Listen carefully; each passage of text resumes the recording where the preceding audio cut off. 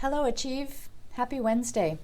Today is Wednesday, February 17th, and we're going to continue with talking about self-awareness after we do our pledge. So everybody please stand, salute, and pledge. I pledge allegiance to the flag of the United States of America and to the republic for which it stands, one nation under God, indivisible, with liberty and justice for all. All right, have a seat. So self-awareness. I know that Mr. Wright talked with you a little bit about the definition of self-awareness, and I'm going to cover one part of that today, which is the idea that if you can identify your emotions or how you're feeling in a situation, then you can think about how those emotions might make you act or different thoughts that you have about the situation. And then that can help you to change the way that you respond.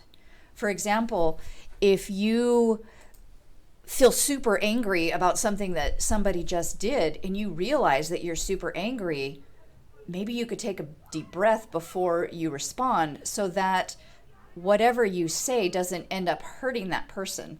People don't like to listen when people are saying things that are hurtful to them or if they're getting yelled at, that kind of thing. So you have to check yourself before you respond to make sure that people are going to listen to what you have to say. And then the second part that I want to cover is that if you can think first before you speak, you can identify how your actions are going to impact those others.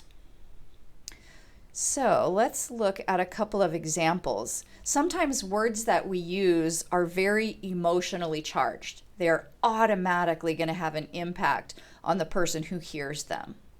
And so if we check ourselves first, then maybe we give ourselves a second to say things in a way that aren't so hurtful to others. So here's a couple of examples of things that might hurt people's feelings. If somebody said to you, "You're being a brat," think about how you would feel. It's probably going to hurt your feelings. So what's another way we could say that? You could say, "I don't like how you're acting." Same message, but just said in a way that doesn't hurt them. Another example, "You never listen to me." Maybe you could say, "I want you to hear this." So I'm going to give you guys a couple of examples of words that I want you to rephrase. And think about first, how is the person going to feel if they hear these words? And then say it in a way that is not going to hurt them, but still get the same message across. So here's the examples. "You're such a jerk." And then the second one is, "Why are you so rude?"